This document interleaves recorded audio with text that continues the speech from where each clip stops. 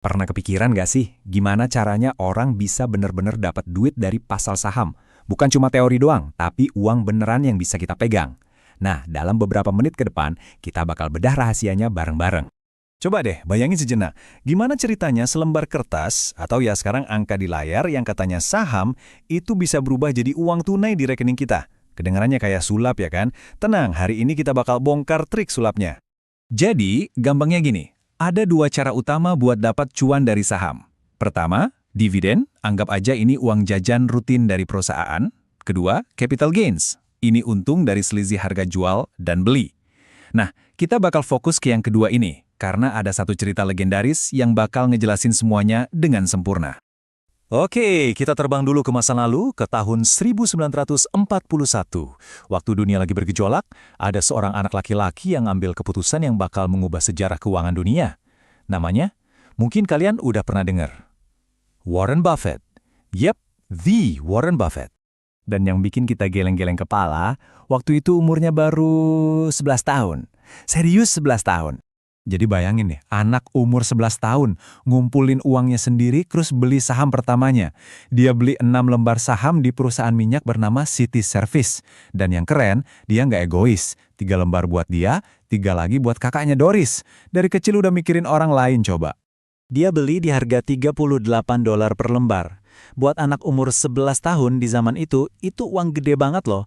Tapi ini bukan asal beli ya. Dia udah riset, udah yakin banget kalau nilai saham ini sebenarnya jauh lebih tinggi.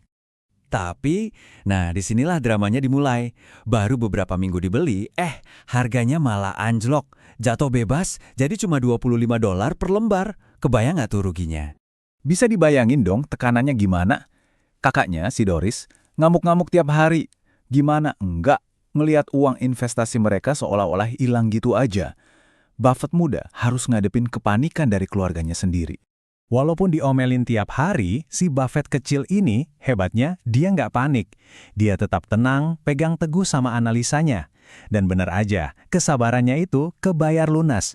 Sahamnya nggak cuma balik modal, tapi berhasil naik sampai $40. Oke, kita jeda dulu ceritanya di sini sebentar. Kenapa? Karena momen-momen dramatis tadi itu contoh yang pas banget buat kita belajar beberapa istilah penting di dunia saham. Ingat kan pas harga sahamnya anjlok ke $25 dan kakaknya panik? Nah, kondisi itu namanya floating loss. Kenapa floating alias mengambang? Ya karena ruginya itu baru di atas kertas. Belum beneran rugi, soalnya sahamnya kan belum dia jual. Sebaliknya, pas harganya naik lagi ngelewatin harga beli dia, sampai ke $40, nah, posisinya jadi floating profit. Udah ada untung tuh, tapi ya itu, masih mengambang juga karena belum direalisasikan, belum dijual. Nah, ini dia intinya. Pas si Buffett akhirnya mutusin buat jual sahamnya di harga $40, keuntungan $2 per lembar itu jadi nyata. Itulah yang kita sebut capital gain atau realized profit. Untung yang bener-bener udah masuk ke kantong. Jadi, Buffett untung kan? Yes, tapi harta karun yang sebenarnya dari pengalaman ini bukan duit $2 itu loh. Ada pelajaran yang jauh lebih berharga yang dia dapetin. Dari satu transaksi ini aja, dia dapat 3 pelajaran penting yang ngebentuk seluruh karir legendarisnya. Apa aja itu? 1. Mulai lebih awal. 2. Lakukan risetmu sendiri. Dan 3. Bersabarlah. Pelajaran pertama jelas banget. Mulai aja secepat mungkin. Kita mungkin nggak bisa balik ke umur 11 tahun ya kan?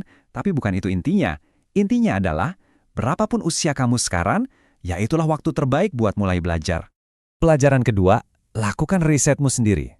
Buffett yang umur 11 tahun aja udah nganalisa. Beda banget kan sama yang sering kita dengar tuh. Kayak, saham apa yang bagus ya? Atau, Kimia Farma masih naik nggak nih? Apalagi, ayo semua beli Garuda. Nah, itu contoh jangan ikut-ikutan. Ingat teman-teman, ini uang hasil kerja keras kalian. Jadi, ya kalian sendiri yang paling bertanggung jawab atas setiap keputusan investasi yang kalian buat. Namun, pelajaran yang paling dahsyat, yang paling mengubah hidup dia, itu justru datang setelah dia jual sahamnya. Ceritanya belum selesai loh. Dan ini dia bagian yang bikin nyesek. Setelah Buffett jual di harga $40 buat ngamanin untung kecil, ternyata harga saham City Service itu terus meroket. Gila-gilaan naiknya sampai tembus lebih dari $200 per lembar. Coba bayangin berapa banyak keuntungan yang dia lewatkan cuma karena jual terlalu cepat. Nah, dari rasanya kehilangan untung gede itulah, dia dapat pelajaran paling berharga seumur hidupnya. Intinya begini, dalam jangka pendek, harga saham itu pasti naik turun, gonjang-ganjing. Itu wajar. Tapi dalam jangka panjang, waktu itulah aset kita yang paling kuat. Waktu yang akan membuktikan apakah analisa kita di awal itu benar atau salah. Jadi, pesan terpenting dari semua ini, yang juga jadi penutup keren dari sumber yang kita bahas, adalah jangan pernah malu atau takut buat mulai belajar, meskipun benar-benar dari nol. Oke, sekarang Anda udah ngerti kan gimana cara kerja capital gain lewat cerita nyata barusan? Pertanyaannya sekarang buat Anda. Setelah tahu ini, apa langkah pertama yang bakal Anda ambil di perjalanan belajar Anda sendiri?